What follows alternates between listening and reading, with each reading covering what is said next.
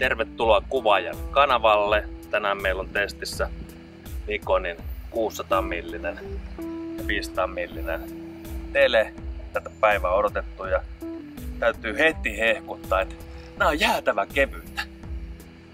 Siis tää on niin kuin ihan uskomatonta. Mä odotin, että nää painaisi paljon enemmän, mutta ei. Testirunkoina meillä on D4S ja D750. Ja mä en enää malta odottaa sitä, kun pääsen kuvaamaan, että katsotaan kohta vähän lisää.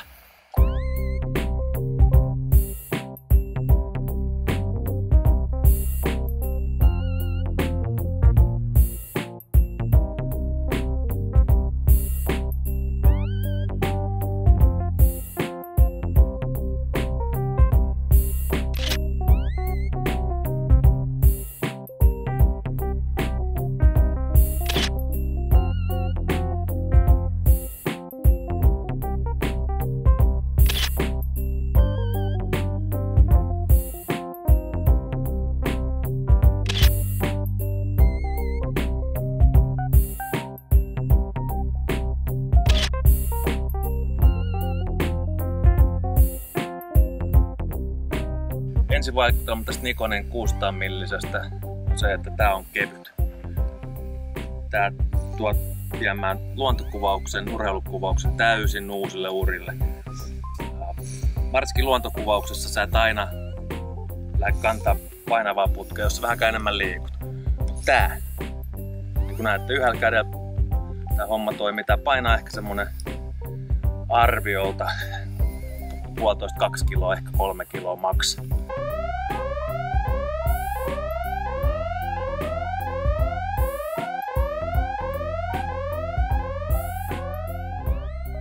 Tää on nopea, tarkennus on hyvä, pystyt ennakoimaan tarkennuksen hyvin, VR toimii hyvin, eli pieni tipatus siinä ei haittaa.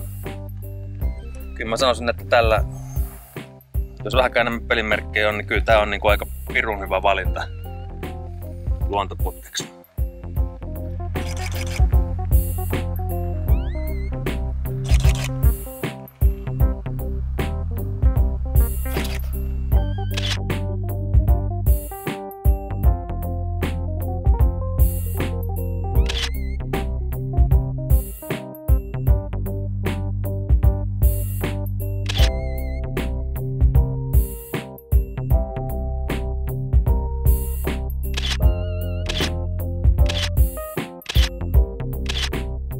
No niin, päivä alkaa olemaan pulkassa ja alkaa vähän hämärtyä täällä Vuosaaressa. Ja yhteenvetona näistä Nikkonin optikoista, uusista 500 ja 600 voidaan todeta, että nämä on kevyitä, nämä on mukavia käyttää, nämä on nopeita, nämä on luotettavia.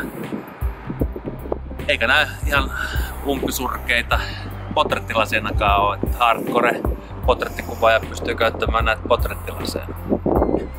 Mutta tänään ollaan nähty kalasääkseen, ollaan nähty nuolihaukkaa, ollaan nähty mehiläisaukkoja ja lukemattomia pikkulintuja.